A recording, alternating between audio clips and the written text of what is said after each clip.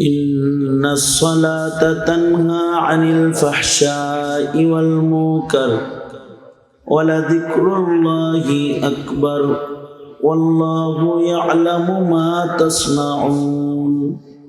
وقال النبي صلى الله عليه وسلم رب عمل صغير تعظمه النية رب عمل كبير تصغره النية أو كما قال عليه الصلاة والسلام. اللهم صل على محمد وعلى آل محمد كما صليت على إبراهيم وعلى آل إبراهيم إنك حميد مجيد. اللهم بارك على محمد وعلى آل محمد كما باركت على إبراهيم وعلى آل إبراهيم إنك حميد مجيد. الحمد لله. জামিয়া ইসলামিয়া দারুল হক আয়োজিত মহতী তৃতীয় বার্ষিক মাহফিলের মোহতারাম সভাপতি, উপস্থিত হাজরাত, বুজুর্গ উলামায়ে কেরাম, সম্মুখপানে সমবেত দিন প্রিয়, ইসলাম প্রিয়, দিনদার, ইমানদার, মুমিন মুসলমান ভাইয়েরা, পর্দার আড়াল থেকে আলোচনায় শামিল মা বোনেরা, আল্লাহর দরবারে শকর।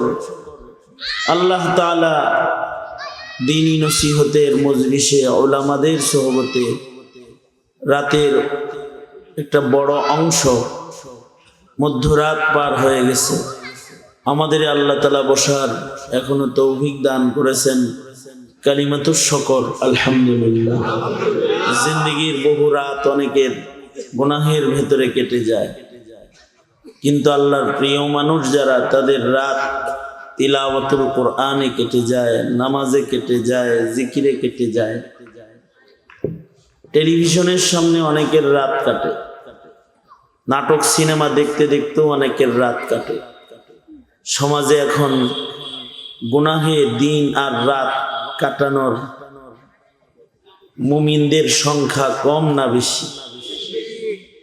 আপনারা বলছেন, আমি বলিনি, আপনারাই সাক্ষী দিচ্ছেন যে রাতে সারা রাত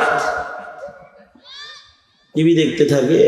একটা দুইটা, পুরান ঢাকায় তো এক দুইটার সময় খাওয়ান শুরু হয়। কি তাকায় রয়েছেন? আমরা আইনা বিরিয়ানি নিতে আইয়া সিরিয়ালে দাঁড়ায় থাকি, রাত 3টার সময় নিতে পারি না, আপনাকে জ্বালা, ঠিক না? সারা রাত জেগে থাকে, রাস্তায় থাকে, ঘরে টিভিতে থাকে, কেউ মোবাইল আসক্ত, ফেসবুকে রাত কাটায় দেয়, ইউটিউবে রাত কাটায় দেয়। এর তুলনায় আজকে যে রাতের অংশটা ব্যয় হয়েছে, এটা তো নেক পরিবেশে ব্যয় হয়েছে, ওলামাদের সোহবতে ব্যয় হয়েছে। যদি আল্লাহ তাআলা এটাকে কবুল করে, তাহলে এর উসিলায় আল্লাহ তাআলা মাফ করে দিতে পারে। কারণ এখানে যারা বসে আছে, আল্লাহ পাকের মোহাব্বত আর আল্লাহ পাকের ভালোবাসা ছাড়া অন্য আর কোনো কারণ নেই বসে থাকার। এই রাত 1:30টার সময়, 1:15টার সময় কে বসে থাকে? না খাওয়ান দিব এখন, না বিরিয়ানি দিব, না টাকা পয়সা পাওয়া যাব, না কিছু আছে। উদ্দেশ্য একটাই, যদি আল্লাহ মাফ করে। আল্লাহ তাআলা কখনো কখনো ছোট ছোট বিষয়েও মাফ করে দিবেন। নবীজি বলেছেন, ছোট ছোট কারণে ক্ষমা করে দিবেন। বুখারী শরীফের ভেতরে ইমাম বুখারী রহমতুল্লাহি আলাইহি বনি ইসরাইলের ওয়াকিআত হাদিস থেকে নকল করেছেন। এর উপরে আলাদা তারজামাতুল বাব কায়েম করছেন। সামান্য কারণেও আল্লাহ অনেককে মাফ করে দিবে, এরকম ঘটনাগুলো শুনাইছেন। তার ভেতরে একটা ঘটনা হলো, বড় আসামিরে আল্লাহ তাআলা মাফ করে দিতেছে ছোট ছোট কারণে। হাদিসে আছে, আল্লাহর রাসূল বলেন, বুখারী শরীফের বর্ণনা তো, কাফন চোর একটা মরার আগ দিয়া নিজের সন্তানদেরকে বলতেছে আমি কাফন চুরি করছি শাহজাহান, আমাকে আমি মৃত্যুর পরে আগুন দিয়া জ্বালায়া দিবা, জ্বালায়া ছাই হয়ে গেলে এই ছাইয়ের অর্ধেক বাতাসে উড়াইয়া দিবা, অর্ধেক পানিতে ভাসায়া দিবা। সন্তানরা তাই করছে। মৃত্যুর পরে এই কাফন চোরা মরণ হয়েছে পরে সন্তানেরা তাকে পুড়াইছে, পোড়ায়া ছাই বানায় অর্ধেক বাতাসে উড়াইয়া দিছে, অর্ধেক পানিতে ভাসাইয়া দিছে। আল্লাহ তাআলা নবীজি বলেন, আল্লাহ তাআলা বাতাসকে বলছে একজন লোক আইছে বের কর, পানিকে বলছে এই তোর ভিতরে একজন লোক আইছে বের করে দে, জমা হয়ে যা। খারাপ করছে আল্লাহ তাআলা বললেন এই ড্রামা করলি কেন, নাটকটা করছিস কেন, এ নিজেরে পুরাইলি, ছাই বানাইলি, লুকাইলি, বাতাসে গেলি, পানিতে গেলি, কারণ কি? তো বান্দা বলে আল্লাহ কেউ না জানে, আপনি তো জানেনই কি লেগে করছে। আমি অপরাধী, আপনার সামনে দাঁড়াইবার সাহস নাই, এই জন্য নিজের লুকাইছি আপনার ভয়ে। আল্লাহ পাক বলেন, নবীজি বলেন আল্লাহ পাক তার ভয়ের কারণে তাকে বললেন তোকে মাফ করে দিলাম। এতটুকু ভয় পেয়েছে।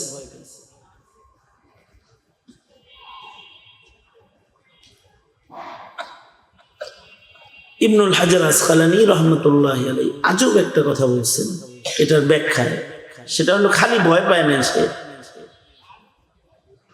সে মুনকিরে বাস বাদাল মাউত না। কেউ যদি বাস বাদাল মাউত এটাকে অস্বীকার করে তাহলে তো সে বেঈমান। সে তো বলতেছে আমার পানিতে আর বাতাসে উড়াইয়া দিবে, তার মানে কি সে এটা মনে করতেছে যে আল্লাহ তাআলা আমারে আর বাইর করতে পারবো না। যদি তার এই অবস্থা হয় তাইলে তো তার ঈমানই নাই। ইবনুল হাজার আসকালানী বলে সেও জানে যে আল্লাহ তারে বাইর করতে পারবে, তার ঈমান কামেল, কিন্তু তারপরেও সে এটা করছে কেন? হাফেজ বলে এই জন্য বাইর করছে, এই জন্য পুরাইতে বলছে। এর ভিতরে আল্লাহর ভয়ের সাথে আরেকটা গুণ আছে, আরেকটা গুণ আছে তার, সেটা হলো সে নিজের ছোট মনে করে। সে মনে করেছে যে আমি একটা কাফন চোর। আহকামুল হাকিমিন আল্লাহ তাআলা রাজা বাদশাদেরকে বিচার করবেন, আমার মতো একটা ছোট কাফন চোরের তালাশ করবেন। আমি তো ছোট মানুষ, নিজেকে নগণ্য মনে করেছে যে আমাকে হয়তো আমি হাজির নাই দেখে গুরুত্ব দিবে না। এটা এই যে নিজের নগণ্য মনে করছে, আল্লাহর রাসূল খবর দিয়েছেন আল্লাহ তাআলা তাকে গুরুত্ব দিচ্ছে। তার ভেতরে সিগারুন নফস আছে, তাকওয়ার সাথে সাথে সে নিজে ছোট মনে করছে। আল্লাহ তাআলা তার এই গুণগুলোর কারণে আল্লাহ তাআলা তাকে মাফ করে দিছে। যেটা আমাদের এখন অনেক অভাব, আমাদের ভেতরে সিগারুন নফস নাই। সিগারুন নফসের একটা গুণ যদি কারোর ভেতরে পাওয়া যায়, আল্লাহ পাক তার মর্যাদা বাড়ায়। হযরত আবু যর গিফারি রাদিয়াল্লাহু আনহু উনি রাস্তা দিয়ে যাইতেছেন আর মুখটা চাদর দিয়ে ঢাকা। নবী আলাইহিস সালামের পাশে হযরত জিবরাইল বসে আছেন। জিবরাইল বলেন আলাইহিস সালাম যে আল্লাহর নবী ওই যে আবু যর, এটা আপনি আবু যরকে চিনেন? আমি চিনি না, খালি সব ফিরিস্তারা চিনি।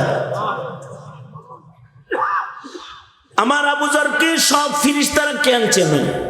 কারণ কি? হযরত জিবরাইল বলেন ওয়াজহান, দুই কারণে চিনে। লিসিগারিহি আলা নাফসিহি, নিজেকে নিজে ছোট মনে করে। আর আরেকটা গুণ হলো অধিক পরিমাণে সূরা ইখলাস পড়ে।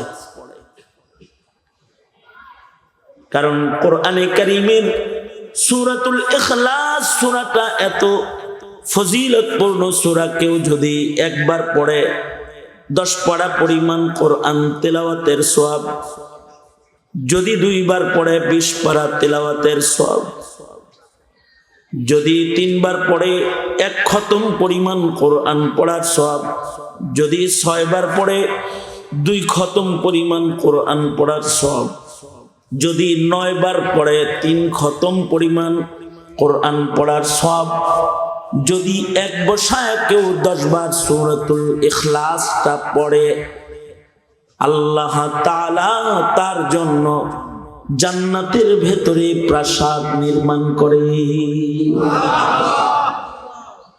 কোরআনের তেলাওয়াত। হাকিমুল উম্মাত থানভী রাহমাতুল্লাহ আলাইহি বলছেন, বাচ্চাদেরকে কোরআন পড়াও, বাচ্চারা ফিতনা চিনবে। বাচ্চাদেরকে নামাজ পড়াও, বাচ্চারা গুনাহ ছেড়ে দিবে। কোথেকে বলছে? কোরআন থেকে বলছে সব। বাচ্চাদেরকে জিকির করাও, ওরা আল্লাহর আশিক হয়ে যাবে। আমরা আমাদের বাচ্চাদেরকে এখন কোরআন পড়াই না, তো কোরআনে কারীমের তিলাওয়াত শিখাই না আমরা। আমাদের বাচ্চারা সূরা ইখলাসও পড়তে পারে না এখন, প্রজন্মের সন্তানরা। আওয়ামী লীগ তো মক্তব সব বন্ধ করছে, কেজি স্কুল চালু হয়েছে না?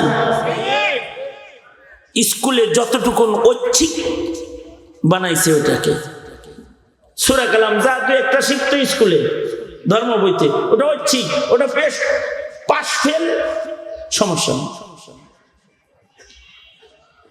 আগের মুসলমান তো কিছু সূরা পারতো, আর এখন থুরাও পারে না, একটুও পারে না। এখন কোরআনে কারীম না পড়ার কারণে এরা ফিতনা চিনে না। হাকিমুল উম্মাত থানভী বলেন, কেউ যদি বাচ্চাকে শুধু সুস্থ সুন্দর বিশুদ্ধ কোরআন তেলাওয়াত শিখায়, তাহলে সে ফিতনা চিনতে পাবে। ফিতনা চিনতে পাবে, কারণ যে কোরআন পড়বে সে তো অশুদ্ধ পড়নেওয়ালার পিছনে ইক্তেদা করবে না। যে কোরআন পড়া জানবে সে আহলে হাদিস মৌলবী সাহেবের ফতোয়া নিবে না, ও তো কোরআন শরীফ পড়তে পারে না, ফতোয়া নিবে কি যে রাগ করে তালাক দিলে তালাক হয় না? যে কোরআন পড়া জানবে সে কখনো হিজবুত তাওহীদের শয়তানের কাছে পড়বে না, কারণ ও তো বুঝে ফেলবে ও তো কোরআন শরীফ পড়া জানে না। ও আবার মাসলাটা কি বলে, মাসাইল বলে করতে।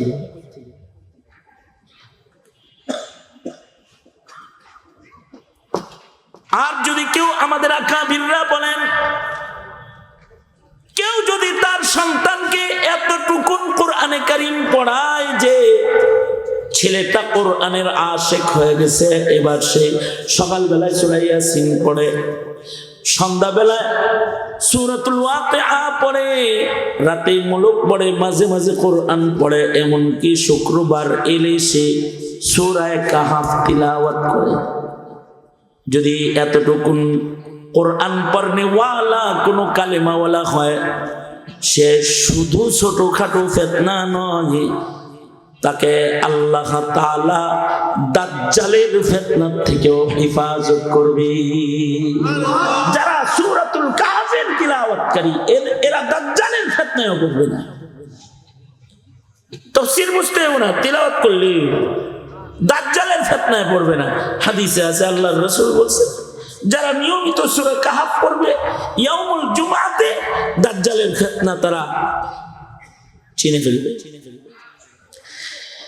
এখন আমাদের সন্তানরা দাজ্জাল চিনা দূরের কথা, আমাদের সন্তানরা তো কাদিয়ানি চিনে। চিনে না, নাস্তিক চিনে না, হাসিনা চিনে না, হাসিনাও চিনে না। দাজ্জালের ফিতনা কিরকম ফিতনা জানেন? আল্লাহ রাসূল বলছেন দাজ্জাল এরকম ফিতনা হয়ে আসবে যে সে মানুষ কতল করবে আবার জীবিত করবে, মারবো আবার জীবিত করবো। হাসিনা তো খালি মারছে, জীবিত করছে কাউরে।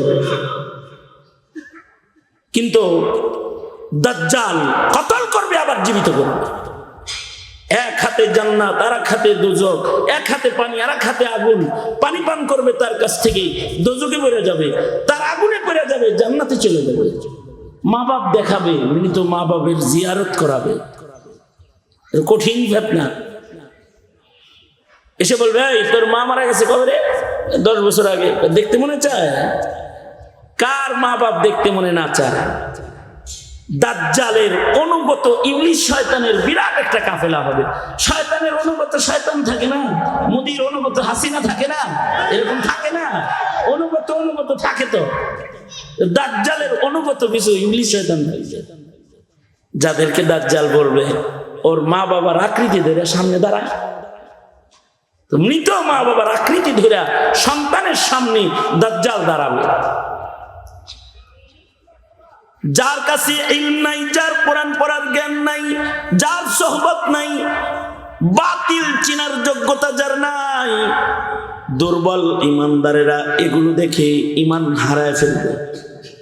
আর যার ভেতরে কোরআন তেলাওয়াতের যোগ্যতা আছে, যার ঈমান আছে, যার আল্লাহ ওয়ালাদের সোহবতের মাধ্যমে ঈমানের পুখতেগি আছে, সে তখন বলবে রাত 1টার সময় বসে বসে দাজ্জাল তোরে চিনছিলাম ইলম দিয়া ইলমুল ইয়াকিন, আজকে চোখ দিয়া দেখা হইল আইনুল ইয়াকিন। তোর মতো জালিমের কাছে ঈমানের দৌলতকে আমি বিক্রি করতে পারি না, জান দিব ঈমান দিব না। দাজ্জালের কাছে গর্দান দিয়ে দিবে কিন্তু ঈমান দিবে না। বহরহাল ছোট ছোট আমল অনেক সময় নাজাতের উসিলা হয়। এই যে বয়া রয়েছেন, ছোট্ট আমল কবুল করলে অনেক কিছু আল্লাহ যেন কবুল করে নেয়, আমিন বলেন। ওই একই অধ্যায়ে আর একটা ঘটনা আছে।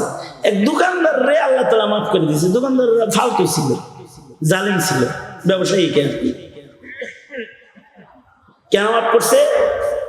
এই দোকানদার তার ম্যানেজার রে বলছিল যে তোর কাছে যদি কোনো ফকির আসে যার পকেটে টাকা নাই কিন্তু জিনিস পছন্দ হয়েছে, বিনিময় ছাড়াই মূল্য মাফ করে জিনিসটা দিয়ে দিস। আর তোর কাছে যদি কোনো ধনী মানুষই আসছে, পয়সাওয়ালা, কিন্তু আছে না বেতন 15 তারিখে, বাজারে গেছে 1 তারিখে, 10 দিন পরে পাইবো আর কি, যদি চেয়ে ফেলে তাহলে আগাই বলিস অসুবিধা নাই, পছন্দ হলে লয়ে যান, যখন টাকা হাতে আসে তখন দিন, তার উপরে ইহসান করবি। একজন রে ক্ষমা করবি, যার পকেটে টাকাই নাই তারে বলবি তোর দাম দিতে হইব না, জিনিস তো। আর যে পয়সা আনে নাই তারে বাকি দিবি। বাস, এই 2 গুণ, ইহসান ও ক্ষমার গুণ। এই 2টা গুণের কারণে এই লোকটার ইন্তেকাল হয়ে গেছে। মহান আল্লাহর রাসূল খবর দিয়েছেন, আল্লাহ তাআলা ফেরেশতাদের বলে আমার বান্দারে মাফ করতো, আমার বান্দারে উপকার করতো, ইহসান করতো, আমি শানওয়ালা মালিক ওকে মাফ না করে পারি না। আমি শানওয়ালা মালিক ওর উপরে ইহসান না করে পারি না, ওরে গুণটার কারণে ওরে মাফ করে দিলাম। রহমতে হক বাহান আমি জোয়ার। আমাদের জিন্দেগিতে আমাদের আমল দিয়ে আল্লাহর জান্নাত আমরা নিয়ে নেব এমন, এটা কঠিন। আল্লাহ যার হিসাব নিবে সে তো বিপদে পড়ে যাবে। তাই বাহানা খাড়া করতে হইব যেন কোনটার উসিলায় যেন আমি ক্ষমা পাই। দোয়া করুন দারুল হকের আয়োজনের মাহফিলটার এই বাহানায় আমাদের জীবনের অনেকের গুনাহ খাতা যেন আল্লাহ তাআলা মাফ করে দেয়, আমাদের সবাইরই যেন মাফ করে দেয়, এটারই যেন বাহানা বানায় না। বহরহাল আমি যে কথা বলতে চাই আর কি, সেটা হলো তিলাওয়াতুল কোরআন শিক্ষা দেন সন্তানকে। কোরআন নাজিলের মাস আসতেছে, রমাদানুল মুবারক। এই মাসে প্রতি মাদ্রাসায় কোরআন শিক্ষা কোর্স হয়, তাদেরকে তিলাওয়াত শিক্ষা দেন। হক না সূরা ইখলাস পড়বে, যদি সূরা ইখলাসও পড়ে তো হযরত জিবরাইল বলে সূরা ইখলাস বেশি পড়ে, এজন্য আবু যরকে ফেরেশতারাও চিনে। আপনার সন্তানকে কাহাত পড়নেওয়ালা যদি না বানাইতে পারেন তো হাতে ধরে পায়ে ধরে বলবো কমাস কম ছোট সূরাগুলোর বিশুদ্ধ তিলাওয়াত করনেওয়ালা বানান, যেন ওর নামাজ সহি হয়, ও যেন বিশুদ্ধ কোরআনটা পড়তে পারে। সন্তানটারে নামাজি বানান। নবীজিকে আল্লাহ তাআলা নির্দেশ করতেছেন তিলাওয়াত করুন। আপনার উপরে অবতীর্ণ কিতাব থেকে, কোরআন থেকে তিলাওয়াত বেশি হওয়া চাই, প্রতিটা ঘরে তিলাওয়াত হওয়া চাই। যত বেশি তিলাওয়াত হবে তত ঈমান বাড়বে, কারণ তিলাওয়াতুল কোরআন যদি মুমিন শুনে তাতেও মুমিনের ঈমান বাড়ে। ঘরে আজ থেকে কোরআন তেলাওয়াত চালু করবেন ইনশাআল্লাহ। বলেন জোরে আওয়াজ করে বলেন ইনশাআল্লাহ, জোরে করে বলেন। ওয়াদা, এটা এই শেষ রাতের ওয়াদা। বাচ্চাদেরকে কোরআন পড়া শিখাইবেন, কোরআনে কারীমের বিশুদ্ধ তিলাওয়াত শিখাইবেন। কারা কারা ওয়াদা করেন? মনে থাকবে তো? মনে থাকবে তো? 2 নাম্বার, নিজে নামাজ পড়বেন, ঘরের সকলকে নামাজি বানাইবেন, সমাজকেও নামাজি বানান, তাহলে সমাজ অপরাধ ছেড়ে দিবে। কারণ নামাজি মাহফুজ, নামাজির নামাজ তাকে সকল গুনাহ থেকে, জাহেরি বাতেনি, ফাহেশা মুনকার, ছোট বড় সগীরা কবিরা সব গুনাহ থেকে নামাজিকে নামাজে হেফাজত করবে। তবে শর্ত বিশুদ্ধ নামাজ হতে হবে। আর জিকরুল্লাহর আমল করুন। জিকরুল্লাহ প্রতিদিন 10 মিনিট জিকির করেন। 10 মিনিট আপনি নিজে জিকিরের আমল করেন, অপরকে জিকির করতে বলেন। জিকরুল্লাহ, জিকরুল্লাহ করলে দিল সাফ হবে, আল্লাহ পাকের মোহাব্বত বাড়বে এবং ইবাদতের মধ্যে মজা বাড়বে। মজা, নামাজ পড়ে মজা লাগবে, কোরআন পড়ে মজা লাগবে, জিকির করবে তো আল্লাহ পাকের মোহাব্বত বেড়ে যাবে। গুরুত্বপূর্ণ সুন্নাত জিকরুল্লাহর আমলে আদি হওয়া। ফেসবুক চালানোর আদত যদি থাকে, টিভি দেখার আদত যদি থাকে, তো তুমি কেমন মুসলমান যে তোমার জিকিরের আদত নাই? কেন থাকবে না জিকিরের আদত? আদত বানাও জিকির করা, জিকরুল্লাহ করবা। আমাদের বুজুর্গরা জিকিরের সবক বানায়া দিয়ে গেছে ছোট ছোট। কিছু পারো না তো 10 মিনিট 12 তাসবিহ আদায় করতে পারো, 6 তাসবিহ আদায় করো, 3 তাসবিহ আদায় করো, যা পারো। কিচ্ছু না পারো সূরা ফাতিহা, সূরা ইখলাস পড়ো আর তাসবিহে ফাতিমি আদায় করো, তাও করো জিকির। কিছু ছোট করে দিয়েছেন। ফজরের নামাজ পড়েছো তো এবার সূরা ইয়াসিন পড়ো, তা পারো না তো 3 বার সূরা ইখলাস পড়ো, 3 বার ফালাক, 3 বার সূরা নাস পড়ো। সুন্নত আমল 33 বার সুবহানাল্লাহ, 33 বার আলহামদুলিল্লাহ, 34 বার আল্লাহু আকবার বলো। নবীজির শিখানো একটা আমল। এই ছোট্ট তাসবিহে ফাতিমি যদি রাতের বেলায় বিছানায় শুয়ে কেউ আদায় করে তো এটা কত আহাম আমল। এক বুজুর্গ তাসবিহ পড়ছেন, তাসবিহ পড়তে পড়তে ঘুমাইছেন। 100 বার সুবহানাল্লাহ, 100 বার আলহামদুলিল্লাহ, 100 বার আল্লাহু আকবার, 100 বার লা ইলাহা ইল্লাল্লাহ। তিনি পুরা তাসবিহ পড়া পড়া ঘুমায়। রাত করে একদিন রাতের বেলায় ঘুমের ঘরে স্বপ্নে দেখে উনি কবরস্থানের পার দিয়া হাইটা যাইতেছে, আর রাত্রে বিছানায় যে মাইয়িত গুলা জিকির করেছে তাদের কবরে জিকিরের সওয়াবের নূর প্রবেশ করতেছে। উনি স্বপ্নে দেখেছে উনিও মারা গেছে, তো উনিও কবরে বসে রয়েছে। যে সবার কবরে যেহেতু তাসবিহ হাদিয়া পৌঁছতেছে, আমিও তো জিকির করছি, দিছি আমার কবরে পৌঁছবে। কিন্তু উনি দেখলো যে সবার কবরে পড়ছে, যারা যারা তাসবিহ ফাতিম পড়ছে, কিন্তু উনার কবরে নূর যাইতেছে না। উনি নূর বন্টনকারী, সব বন্টনকারী ফেরেশতাদেরকে বলে, এই সবাইরে ভাগ দিলা, আমারে দিলা না কেন? আমিও তো তাসবিহ পড়ছি। আপনি তাসবিহ পড়ছেন, বেশি পড়ছেন, কিন্তু ফাতিমিটা পড়েন নাই, সুন্নতটা পড়েন নাই। এদেরকে যাদেরকে সওয়াব দেয়া হলো, এরা সুন্নত তরিকায় সংখ্যা কইনা পড়ছে। আল্লাহু আকবার করে বলেন, সংখ্যা কইনা পড়ছে এরা। নবীজি যে আমলটা যা সংখ্যা দিছে, ওই আমলটা ওই সংখ্যায় করাটাও আদালত, ইনসাফ। যেমন ওযু করতেছেন, ওযুর সময় হার হার অঙ্গ কয়বার করে ধুইতে হয়? কেউ যদি বুজুর্গি দেয় 5 বার ধয়, সংখ্যা ক্রস করছে। তাহলে আল্লাহর রাসূল বললেন, সে জুলুম করলো, সে সীমানা লঙ্ঘন করলো। সংখ্যার একটা দাম আছে। ইবাদত কম করেন, সংখ্যা মতো করেন, সুন্নাত মতো করেন, ওইটার অনেক মূল্য আছে। ইসলাম তো কঠিন না। শাবান মাস দেখেন ইসলাম কতটা সহজ। শাবান মাস, আল্লাহ রাসূল সাল্লাল্লাহু আলাইহি ওয়াসাল্লাম শাবান মাসে অধিক নফল রোজা করতেন। হযরত উম্মুল মুমিনিন বলেন, আমি শাবান মাসে নবীর সাথে রোজার মাসে যে রোজাগুলা কাজা হইতো আমার অসুস্থতার কারণে, সেইগুলা শাবান মাসে নবীর সাথে আমি রাখতাম। তার মানে কি? রোজার মাসে রোজা কাজা হইছে।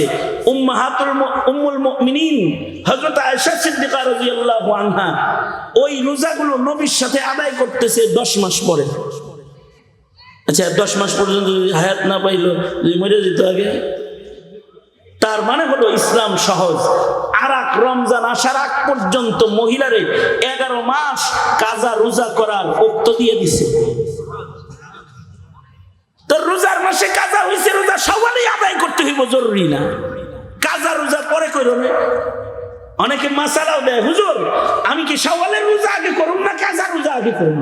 ফতোয়া জিজ্ঞাসা, কে বলেছে কাজা রোজা আপনারা শাওয়ালে আদায় করতে? ইসলাম তো সহজ। ওই যে উম্মুল মুমিনিন শাবান মাসে যায় কাজাটা আদায় করতেছে, ওই আরাক রোজার চাঁদ ওঠার আগে আদায় হইলেই হইল। ইসলাম তার জন্য কঠিন মনে হয় যে ইসলামকে শিখে না। বাচ্চাকে ইসলাম শিখাইবেন না তো এটাকে মঙ্গল গ্রহের জিনিস মনে হবে। আর যদি বাচ্চাকে ইসলাম শিখায় দেন, তাহলে ওর কাছে ইসলামের ইবাদত বন্দেগী গুলা ওর কাছে অলংকার, ফুল, সৌন্দর্য মনে হবে জীবনে। সুতরাং তিলাওয়াত করব, নামাজ পড়ব, জিকির করব, ইনশাআল্লাহ বলেন। সবাই ইস্তিগফার করেন, আস্তাগফিরুল্লাহ রাব্বি মিন কুল্লি যামবি ওয়া আতুবু ইলাইহি লা হাওলা ওয়া লা কুওয়াতা ইল্লা বিল্লাহিল আলিয়্যিল আযীম। আস্তাগফিরুল্লাহাল্লাযী লা ইলাহা ইল্লা হুয়াল হাইয়ুল কাইয়্যুম ওয়া আতুবু ইলাইহি। আলহামদুলিল্লাহি রাব্বিল আলামিন। ওয়াসসালামু আলা সাইয়্যিদিল আমবিয়া ওয়াল মুরসালিন মুহাম্মাদ ওয়া আলা আলিহি ওয়া আসহাবিহি আজমাইন। ইয়া আল্লাহ, এলাকার কৃতি সন্তান তানভীর সিদ্দিকী, তার প্রতিষ্ঠিত মাদ্রাসা দারুল হকের আয়োজনে ৩য় বার্ষিক মাহফিল মধ্যরাত করা গেছে। আকাবির বুজুর্গরা দিন থেকে হাজিরা দিয়েছেন, কিমতি বয়ান তারা করেছেন। রব্বুল আলামিন গভীর রাত পর্যন্ত তোমার বান্দারা ইশক আর মোহাব্বত জাহির করেছে, তোমাকে ভালোবাসে। গভীর রাত পর্যন্ত আরাম হারাম করে বসে আছে। রব্বুল আলামিন পর্দার আড়ালে নারীরা বসে রয়েছে, বয়োবৃদ্ধরা বসে আছে। সবাই মিলা ভিক্ষুকের মতো তোমার কাছে মাপ চাই। জিন্দেগীর সব গুনাহ তুমি মাফ করে দাও আল্লাহ।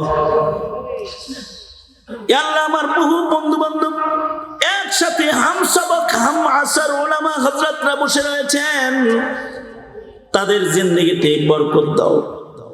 দোস্ত হাবিবুল্লাহ মাহমুদ কাসেমি দাওয়াত বরকাতুহু আখিরি মুনাজাত পর্যন্ত মজলিসে বসে বসে ইয়া আল্লাহ সকলকে সোহবত দিয়েছেন।